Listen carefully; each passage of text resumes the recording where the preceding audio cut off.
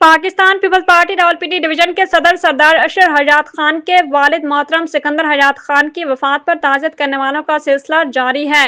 Report کر رہے ہیں ہمارے قاسم علی۔ سردار سکندر حیات خان جنہوں نے پاکستان پیپلز پارٹی کے لیے گراں قدر خدمات سر انجام دیں، حسن ابدال کی تاریخ میں ایک بہت بڑا نام تھا۔ ان کی وفات سے پاکستان پیپلز پارٹی کو بہت بڑا نقصان پہنچا ہے۔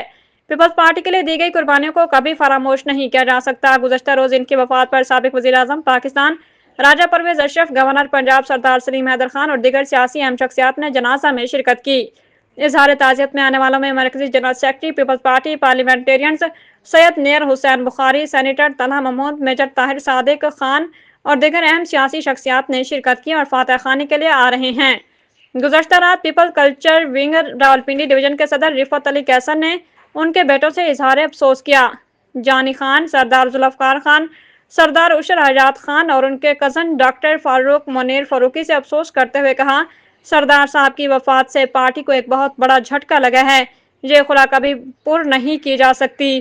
خداوند کریم ان کو جوار رحمت میں جگہ عطا فرمائے اور اہل خانہ کو صبر جمیل عطا فرمائے۔